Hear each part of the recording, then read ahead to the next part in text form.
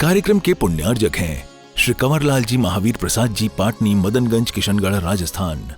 जान जन्म उत्सव की बेला, जिन शिशु के फिर देव तभी मिलकर आए, सबको लेकर देव देवियां वहाँ सभी। देवों का वह मुख्य इंद्र तब है रावत गज के ऊपर, नव प्रसूत उस श्रेष्ठ शिशु को बैठा उस पर, बैठा उस पर।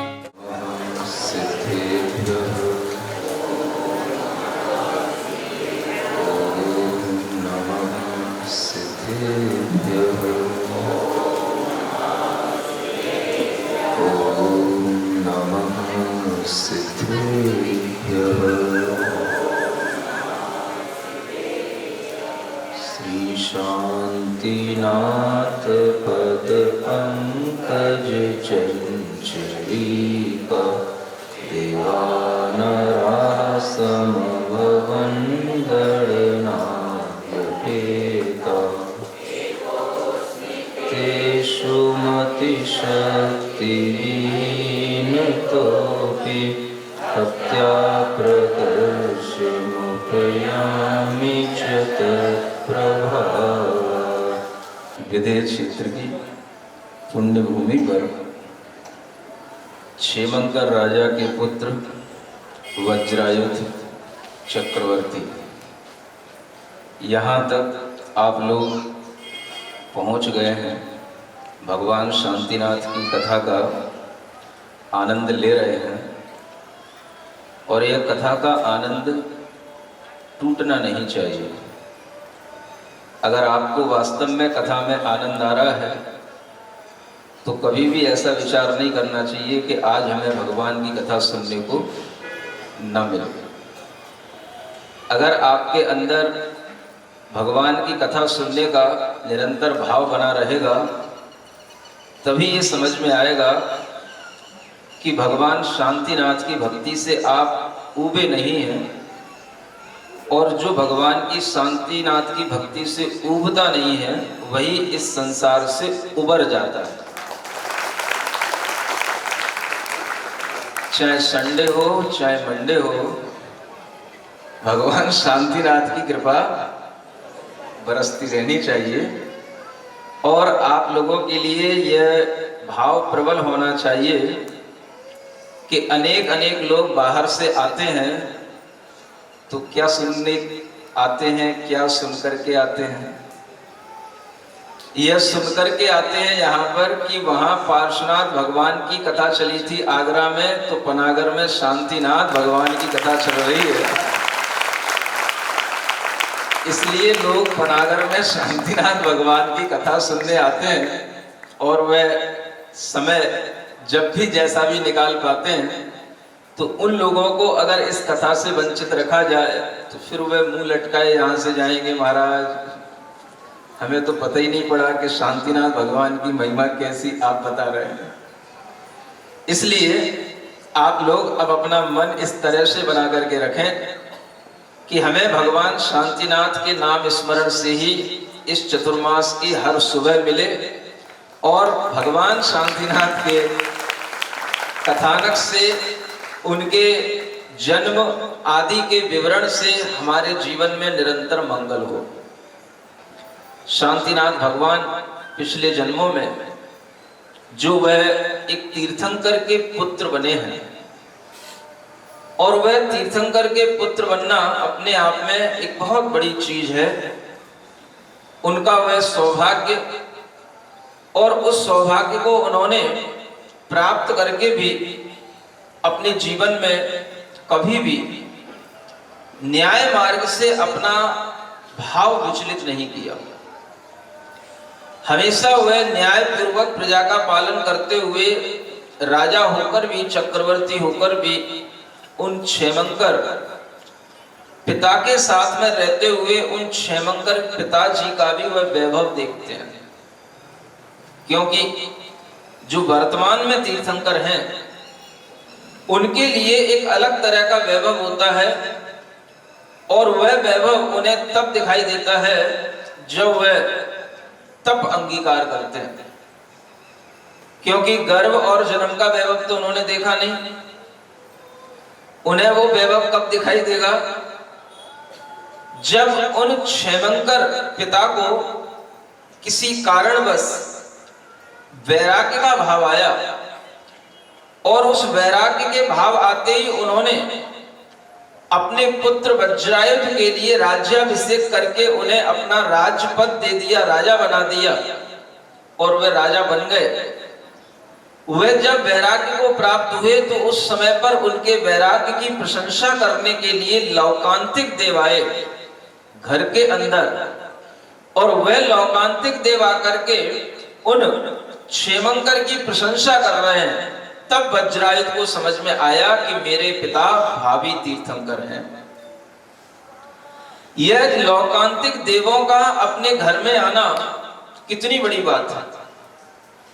कल एक देव अपने घर में आया था और वह अपने अंदर एक मिथ्या एकांत भाव को, अहंकार को रख करके आया था। उसने वज्रायुध से संबोधन प्राप्त किया और उसके बाद में उस देव को सम्यक दर्शन उन वज्रायुध के उपदेश से हुआ।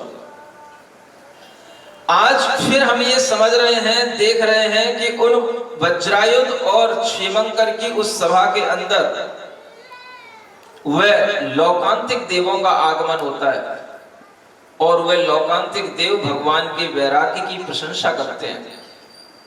उन लौकांतिक देवों के बाद में फिर अनेक अनेक और देवों का आगमन होने लग जाता है, और घर देवी देवताओं से भर जाता है। इधर वह राज्य के प्रजा के लोग हैं, और इधर वह घर अनेक प्रकार के देवी देवताओं से भी भरा जा रहा है। और ये सब देख करके कितना आश्चर्य होता होगा कि हमारे घर में देवता उतर करके आ रहे हैं। आप जिंदगी भर मशक्कत करते हो, पूजा करते हो, प्रशंसा करते हो देवताओं की, एक देवता आपके पास उतर के नहीं आता। कोई भी देवता आपके लिए दर्शन देने नहीं आता, कोई भी देवता आपको सहयोगी बनकर के नहीं आता। और वहां देवता आकर के हाथ जोड़ करके खड़े हैं, लाइन लगा करके खड़े हैं, और ये भाव कर रहे हैं कि आप जिस वैराग्य भाव को प्राप्त हुए हो उस वैराग्य की हम अनुमोदना कर रहे हैं। और इस तरह का वैराग्य हमें जब मनुष्य जन्म मिले तो हमें भी आपकी तरह ऐसे ही वैराग्य की प्राप्ति हो, ऐसी प्रशंसा उन पिता से कर रहे हैं। इस तरह के वह मंगलमय भाव जहां चलते रहते हैं, उसी क्षेत्र का नाम विदेह क्षेत्र कहलाता है। देह में रहकर के विदेह की यात्रा करना, सुन रहे हो? देह में रहकर के देह से रहित होने की यात्रा जहां पर होती है, उस क्षेत्र का नाम ही विदेह क्षेत्र कहलाता है। और ऐसा वह विदेह क्षेत्र का भाव जो वहां के लोगों के अंदर होता है, वह भाव आप लोगों के अंदर भी तब आता है जब आप सम्यक दर्शन को उपलब्ध हो जाते हैं। सम्यक दर्शन ही एक वह भाव है जो हमारे अंदर उस देह से आत्मपने का भाव छोड़ देता है, और वह देह को आत्मा नहीं मानता। अपनी दृष्टि में उसके अंदर अपना आत्म तत्व ही प्रमुख हो जाता है, और वह देह उसके लिए कुछ भी नहीं होती। इसी प्रकार की दृष्टि और ज्ञान जब प्राप्त हो जाता है तो उसी का नाम कहलाता है सम्यक दर्शन। और ऐसे देह पर दृष्टि न रखते हुए भी राज्य भार का पालन करना, विवाह होना, पुत्र पुत्रियां सब कुछ होना, लेकिन दृष्टि में आत्म तत्व की प्रमुखता रखना, ये सम्यक दृष्टि जीवों का कार्य होता है। और इस तरह के जो सम्यक दृष्टि जीव हैं, ऐसे विदेह क्षेत्रों में निरंतर अपने सामने केवली भगवंतों को देखते हैं, तीर्थंकरों के वैराग्य को देखते हैं, और उनके सामने इसी तरह का वातावरण बना रहता है जिससे उनके मन में भी कभी ना कभी वैराग्य के भाव आते ही हैं, और उनके लिए केवल ज्ञान को प्राप्त करना कोई बहुत बड़ी चीज उन्हें समझ में नहीं आती। शांतिनाथ भगवान के चरित्र को सुनकर इतने केवली भगवान के आपको दर्शन हो गए हैं, इतने केवल ज्ञान हो चुके हैं इस सभा मंडप के अंदर कि आपके लिए ये भाव आना चाहिए कि यह केवल ज्ञान जब इतना सुलभ है कि हर किसी को प्राप्त हो जाता है, तो ये मुझे भी प्राप्त होना चाहिए। इस तरह का भाव जब आपके अंदर आ जाएगा, तब कहलाएगा कि हाँ, ये सभा भी समवसरण सभा है, जहां पर आप शांतिनाथ भगवान का वर्णन सुन रहे हैं। सुन सुन करके मन के अंदर ये भाव तो लाओ, और ये भाव जब हम इतनी बहुतायत से देखते हैं, जहां बिल्कुल सुलभता से मति ज्ञान, श्रुत ज्ञान और अवधि ज्ञान के धारी जीव सब देख रहे हैं, कोई भी उनके सामने आता है तो उनके सामने आकर के वह किसी भी तरह की प्रार्थना करता है तो वह देख करके बता देते हैं कि यह किस तरह के भावों के साथ में यहां सामने आया है।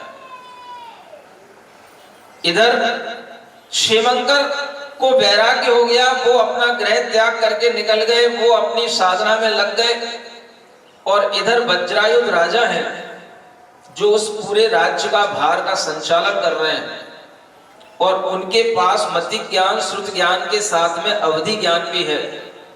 और उसी समय पर एक दृश्य उनके सामने आता है। एक विद्याधर उनके सामने आया, उस विद्याधर के पीछे एक क्रोधित होती हुई स्त्री आ रही है, और उस स्त्री के पीछे एक बुजुर्ग विद्याधर आ रहा है। सुन रहे हो कितने लोग? एक स्त्री सामने सबसे पहले एक विद्याधर आ रहा है, उसके पीछे एक स्त्री है, और उस स्त्री के पीछे एक बुजुर्ग है, और ये तीनों गुस्से में हैं, दौड़ते हुए आ रहे हैं। आगे वाला जो विद्याधर है वो भाग करके आ रहा है, और वह भागते भागते उन वज्रायुध की सभा में आ गया। उसके पीछे स्त्री भी आ रही है, वो भी हाथ में तलवार लिए हुए है, और उसके पीछे एक बुजुर्ग व्यक्ति भी आ रहा है, वो भी हाथ में कुछ अस्त्र शस्त्र लिए हुए है, और सब घबराए हुए हैं। क्या होने वाला है? वज्रायुध की सभा में आकर के बैठ गए, और वह तीनों जब वज्रायुध के सामने बैठ गए तो वह बुजुर्ग जो पीछे विद्याधर था वो कहता है, महाराज मेरी एक बात सुन लो और मेरे साथ में न्याय कर दो, मैं आपसे न्याय मांगने आया। क्या न्याय चाहिए? ये जो आप दृश्य देख रहे हो, ये जो स्त्री है, ये जो लड़की है, ये मेरी बेटी है। ये इसके आगे जो विद्याधर खड़ा हुआ है, ये विद्याधर मेरी बेटी विद्या सिद्ध करने गई थी, और उस विद्या सिद्धि में इसने विघ्न उत्पन्न किया। इसके लिए वह विघ्न होने जा रहा था, लेकिन मेरी बेटी की एकाग्रता के कारण से, इसके पूर्व पुण्य के कारण से उसे विद्या सिद्ध हो गई, और ये इसके लिए विघ्न डालने वाला था। इसलिए ये बेटी उसको मारने के लिए उसके पीछे पीछे भाग रही है कि इसने जो है मेरी विद्या में विघ्न डाला। और मैं उसी समय पर अपनी बेटी के पास पहुंचा, तो मैं ढूंढता फिरा कि बेटी कहां गई, तो मैं उस बेटी को देख रहा था, तो मैं बेटी के पीछे पीछे मैं भागता आ गया। समझ में आ रहा है कुछ? तीनों लोगों का क्या कॉम्बिनेशन बन रहा है। अब वह राजा से कहता है, वह विद्याधर जो बुजुर्ग है, पिता है, कि मेरा न्याय करो और इसको दंड दो। किसको दंड दो? इस विद्याधर को दंड दो। आप राजा हैं, पूरे क्षेत्र के राजा हैं, आपके अंडर में सभी विद्याधर रहते हैं, आप इसको दंड दो, और अगर आप न्याय करने वाले हैं, दंड नहीं देंगे, तो फिर आप न्यायप्रिय राजा नहीं कहलाएंगे। तो उस समय पर वह वज्रायुध अपने अवधि ज्ञान से देख करके ये बताते हैं कि मैं इसको दंड तो दूंगा, लेकिन उससे पहले तुम मेरी एक बात सुनो। सुनना चाहोगे? जो वज्रायुध अवधि ज्ञान से देख करके बताते हैं कि देखो, दंड देने से पहले हमें समझ लेना है कि इसने ये गलती क्यों की, ये हरकत क्यों की, और उसका कारण जो मुझे अवधि ज्ञान में दिख रहा है, मैं आपको बता रहा हूं। एक दो भाव पहले ये दोनों किस रूप में थे? ये एक विद्याधर और विद्याधरी के रूप में थे, और इन दोनों का आपस में विवाह भी हुआ था। बीच में एक और व्यक्ति आया और उस व्यक्ति ने इस स्त्री को, जो पिछली पर्याय में थी, उस स्त्री को हरण कर लिया। और हरण करने के बाद में इसका जो पति था वो परेशान हुआ कि देखो मेरी एक ही पत्नी थी और वह भी चली गई। वह इतना दुखी हुआ, शोकग्रस्त हो गया, अपने पाप की निंदा करने लगा कि मुझे अपने लिए इतना भी पुण्य नहीं मिला कि मुझे एक स्त्री भी पूरे जीवन भर मेरे साथ रह पाती। तो उसके मन में आया कि मुझे इस शोक से उबरने के लिए और कुछ नहीं करना, मुझे धर्म की शरण में जाना। उसने उस पत्नी के विरह में गृह त्याग करके, वैराग्य धारण करके अपने लिए उसने दीक्षा अंगीकार कर ली, और वह जीवन में तपस्या करके वह स्वर्ग में देव बन गया। ईशान स्वर्ग में वह देव बन गया। इधर क्या हुआ कि ये जो पत्नी को हरण करने वाला जो व्यक्ति था वो भी एक विद्याधर था, और उसका नाम था नलिन केतु। जब वह विद्याधर कुछ समय के बाद में देखता है कि कहीं एक उल्कापात हो रहा है, तो उस उल्कापात को देख करके उसे आत्मज्ञान हुआ, और उस आत्मज्ञान के माध्यम से उसे अपने पाप की निंदा करने का भाव आया कि मैंने अपने जीवन में क्या किया।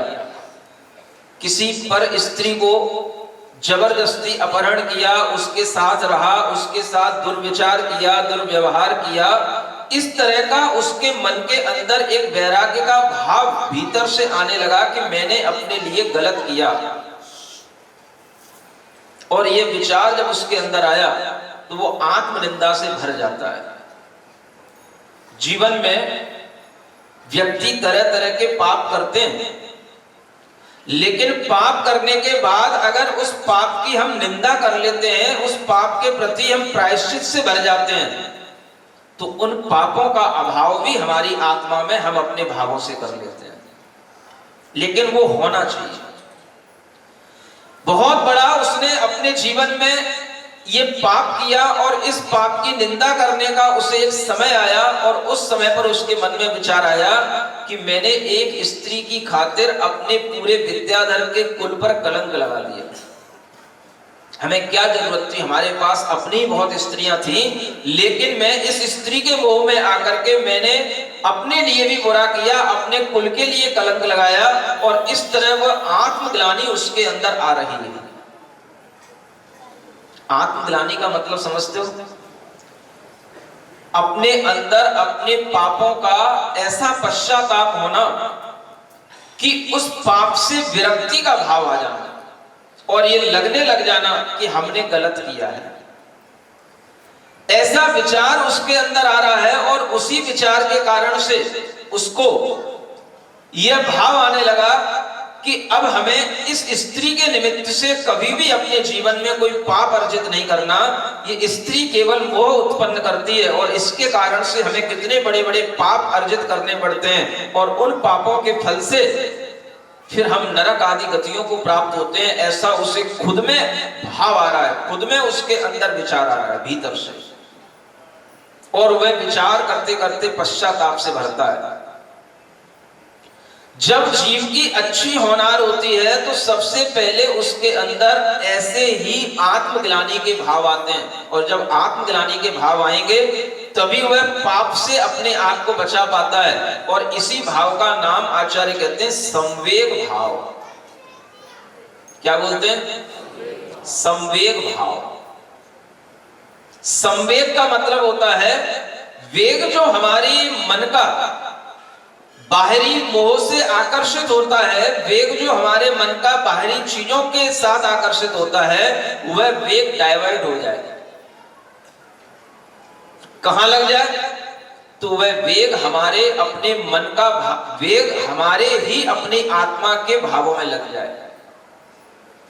एक शरीर के लिए, एक स्त्री की चाहत के लिए इतना बड़ा बड़ा दुष्कर्म कर लेना, इतना बड़ा बड़ा पाप अर्जित कर लेना और उसके व्यामोह में पड़ करके अपने पूरे परिवार से विघटन पैदा कर लेना, ये सब उसके अंदर एक पश्चाताप के माध्यम से उसके अंदर भावों में आ रहा है। और वह इतना भाव उसके अंदर बढ़ रहा है संवेग का कि उसे डर लगने लगा कि अगर मेरी मृत्यु हो गई तो नियम से मैं नरकगामी बनूंगा, अगर मेरा जीवन अंत हो गया तो मेरे लिए जरूर ऐसी दुर्गति मिलेगी जिसका फल मैं अगले जन्म में भोग नहीं पाऊंगा। और वह अपने आप में इस तरह से डर जाता है कि वह मन ही मन विचार करते करते उस संवेग भाव को बढ़ाता चला जाता है। धर्म बढ़ने का मतलब है संवेग भाव की वृद्धि होना, और संवेग भाव का मतलब है संसार से डरना। किससे डरना? संसार से डरना। और संसार से डरने का मतलब है स्त्री से डरना। हंस रहे हो? संसार किसका नाम है? स्त्री के साथ में जितना मोह आपका बढ़ेगा उतना ही आपका संसार बढ़ेगा, और स्त्री के मोह के कारण से ही आप अपने मोह का कभी त्याग नहीं कर सकते। स्त्री कहती होगी महाराज केवल मेरे कारण से इनका संसार बढ़ता है तो इनके कारण से मेरा संसार नहीं बढ़ता क्या? यह बात इसलिए कही जाती है कि मुख्य रूप से बहुत कुछ साहस सबसे पहले अगर कोई धर्म मार्ग पर चलने का, दीक्षा लेने का, दिगंबरत्व अपनाने का कर सकता है तो वह पुरुष कर सकता है, इसलिए पुरुष को प्रमुखता से संबोधन दिया जाता है। लेकिन अगर पुरुष भी पीछे रह जाता है तो स्त्रियों से भी कहा जाता है कि तुम भी अपना मोह जब तक नहीं त्यागोगी तब तक तुम्हारे अंदर वैराग्य का भाव नहीं आएगा, संवेग का भाव नहीं आएगा, और इस भाव के बिना आत्मा का कभी उद्धार होने वाला नहीं है। आज दुनिया में कितने लोग पाप करते हैं, कितने तरह के पाप करते हैं, लेकिन जब हम देखते हैं कि पूर्व में भी ऐसे लोग हुए हैं जिन्होंने इसी तरह के पाप किए हैं और उन पापों के प्रायश्चित भी किए हैं, और उन प्रायश्चित के माध्यम से उनकी आत्मा निर्मल भी बनी है। पाप करना बड़ी बात नहीं है, क्योंकि संसार में रहते हुए पाप भाव बने रहते हैं, पाप हो जाते हैं, लेकिन पाप का प्रायश्चित कर लेना ये बहुत बड़ी बात होती है। उस जीव ने जो पाप किया उसके लिए उसके अंदर प्रायश्चित का भाव आता है, आत्मग्लानि से वो भर जाता है, और वह स्त्री को भी छोड़ देता है, अपने घर परिवार को भी त्याग देता है, और विचार करता है कि हमने अपने जीवन में जितना भी स्त्री के निमित्त से पाप किया है उस पाप का अब हम प्रक्षालन करने के लिए स्त्री और पूरे राज्य भार का मैं त्याग करता हूं, और वह त्याग करके वह एक मुनि महाराज बन जाता है। सुन रहे हो? ऐसे पापी जीव भी मुनिराज बनकर के अपने पाप का पश्चाताप करते हुए अपने पाप का अभाव करते हैं, पाप कर्म का नाश करते हैं, और नाश करते करते वह धर्म ध्यान से भर जाते हैं, शुक्ल ध्यान की भावना करने लग जाते हैं। जो व्यक्ति अपने जीवन में इस तरह का पश्चाताप कर लेता है उसके लिए उस पाप का प्रायश्चित सहज होता है। अगर हमारे मन के अंदर ऐसा संवेग भाव भर जाए कि हमने जो गलतियां की हैं ये गलतियां मेरी इसी जन्म में समाप्त हो जाएं, तो अगर आपने कभी कोई ऐसे भाव किए, ऐसे कृत्य किए, तो उसका आपके लिए अपने अंदर एक आत्मग्लानि का भाव होना चाहिए, आत्मनिंदा का भाव होना चाहिए, और जो निंदा आत्मग्लानि का भाव होता है इसी से आपके अंदर धर्म का भाव, संवेग का भाव बढ़ता है। धर्म क्यों नहीं प्राप्त होता? हम पाप करने के बाद भी उस पाप का किसी भी तरह से प्रायश्चित लेना तो दूर, हम उस पाप की वृद्धि में और लगे हुए अपने आप को और उस पाप के माध्यम से बढ़ाते चले जाते हैं। जब व्यक्ति के अंदर इस तरह से पाप बढ़ते चले जाते हैं तब वह व्यक्ति नरकगामी हो जाता है, और जब वह पाप का प्रायश्चित कर लेता है, संवेग भावों से भर जाता है, तो वह ऊर्ध्वगामी हो जाता है।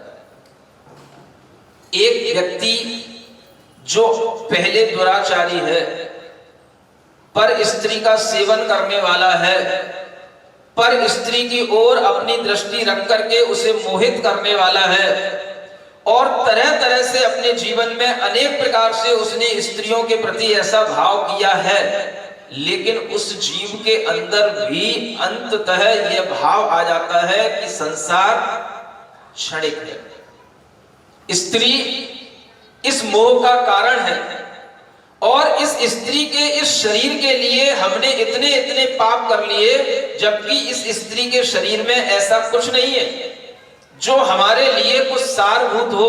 ऐसा विचार वो जब तत्वतः करता है तो उसके मन के अंदर अपने आप आत्मग्लानि होने लग जाती है, और जिस स्त्री से मोह उत्पन्न होता है उसी स्त्री से उसे मोह का अभाव हो जाता है। होता है कि नहीं होता है? कितने बड़े बड़े राजा होते हैं, कितनी हजारों स्त्रियां होती हैं, कितनी एक से एक सुंदर कन्याएं होती हैं, और उन सब कन्याओं के साथ रहते हुए विवाह करने के उपरांत भी उन सबका मोह एक साथ छोड़ देना, एक साथ त्याग कर देना, सोचो कितनी बड़े साहस का काम है। इसे कहते हैं क्षत्रिय धर्म। यह क्षत्रियता का भाव उन्हीं में आता है जो इस तरह के धर्म भाव के साथ आगे बढ़ते हुए अपने अंदर संवेग भाव को बढ़ाते हैं। और इस तरह के लोग जिस तरह से बुरे कर्म करते हैं, वैसे ये अच्छे कर्मों में भी सबसे अव्वल होते हैं। इसलिए कहा जाता है कि जैन धर्म किसका? जो माने उसका।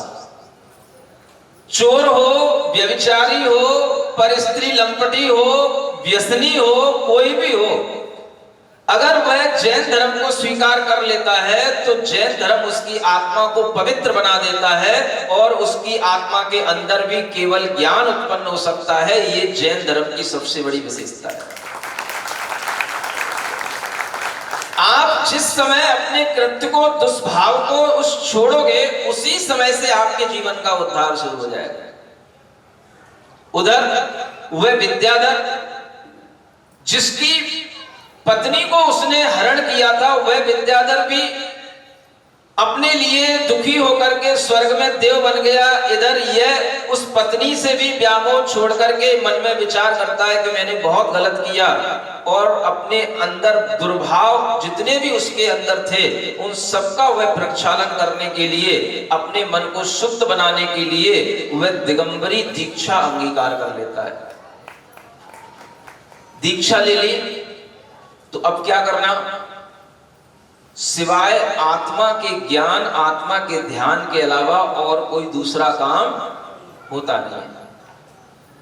हमेशा शरीर से विरक्त होने की भावना, आत्मा को उज्जवल बनाने की भावना, और आत्मा के अंदर लगे हुए उन कर्म कलंकों को धोने की भावना, इसी की भावना के साथ में पूरा जीवन वह वैराग्य के साथ निकालता है, ध्यान और ज्ञान के साथ निकालता है। और ऐसा जीव भी धर्म ध्यान करते करते शुक्ल ध्यान को प्राप्त हो जाता है, और शुक्ल ध्यान करते करते उस विद्याधर को भी केवल ज्ञान की प्राप्ति हो जाती है। और जिसे केवल ज्ञान प्राप्त हो गया तो वह मोक्ष को प्राप्त हो जाता है। और ये सारा का सारा दृश्य उन सबके सामने है जो वहां बैठे हैं।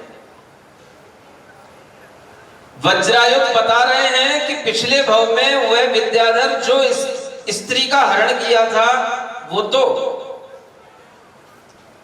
केवल ज्ञान को प्राप्त हो गया, लेकिन ये दोनों, एक देव बन गया, ये स्त्री भी बाद में आर्यका बनी, ये फिर देवी बन गई, और फिर से ये विद्याधर के पुत्र और पुत्रियां बने। और अपने पूर्व जन्म के अनुराग के कारण से ही ये विद्याधर इस पर मोहित होकर के इसके कार्य में विघ्न डालने के लिए आया। ये वज्रायुध उनके लिए वहां बैठे बैठे अपने अवधि ज्ञान से बता रहे हैं। आप समझे? जिन्हें इतना केवल ज्ञान के और केवल ज्ञानी जीवों के बारे में मालूम है, उन्हें संसार में कितना रचना पचना होगा, उन्हें कितना संसार में मन लगेगा। इसीलिए भावना की जाती है कि भगवान जीवन के अंत तक हमारे अंदर कुछ ना कुछ ऐसी बोधि आ जाए, ऐसा भेद विज्ञान का भाव आ जाए, ऐसा सम्यक ज्ञान का भाव आ जाए कि हम अपने पापों का प्रायश्चित कर पाए जीवन के अंत तक। और वह पापों का प्रायश्चित करने के लिए इस तरह की प्रार्थना की जाती है, भावना की जाती है। वो भावना आपने कभी सुनी होगी, सुना दो, क्या भावना है? मेरे भगवन मुझे एक बार तू आगाह कर देना, मेरे भगवन मुझे एक बार तू आगाह कर देना, जब भी हो शाम जीवन की मुझे इत्तलाह कर देना, जब भी हो मुझे इत्तलाह, मुझे मौका बस एक देना कि मैं अफसोस कर पाऊं, मुझे कि मैं अफसोस, हुई जो गलतियां मुझसे उन्हें मैं तुमसे कह पाऊं, हुई जो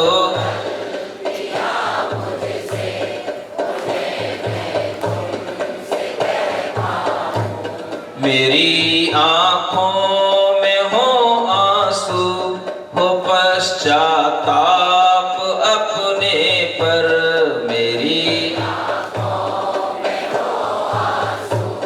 हो पश्चाताप अपने पर, मैं अपनी मान लूं गलती, चला सदराह पर देना, मैं अपनी मान लूं गलती, चला सदराह पर, जब भी हो शाम जीवन की मुझे इत्तलाह कर देना, जब भी हो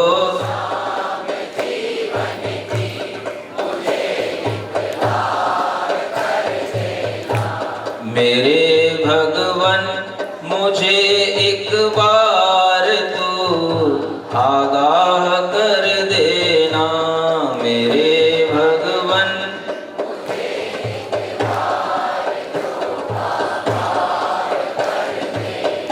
ये भावना हर एक व्यक्ति की होनी चाहिए। और जब इस तरह की भावना सामने आती है तब जो ये समझते हैं कि पाप होना बड़ी बात नहीं है, पाप तो दुनिया में हर कोई करता है, लेकिन उस पाप का प्रायश्चित कर लेना ये बड़ी बात है।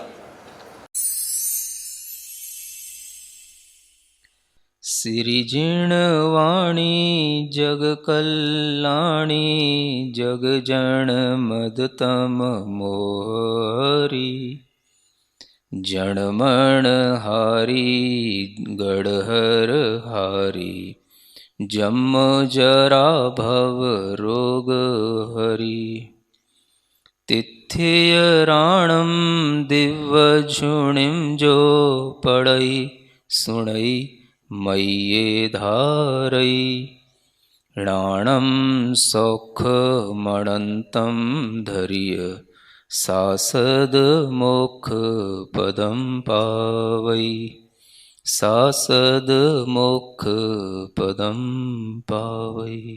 इस कार्यक्रम के पुण्यार्जक थे श्री कंवरलाल जी महावीर प्रसाद जी, पाटनी, मदनगंज, किशनगढ़, राजस्थान।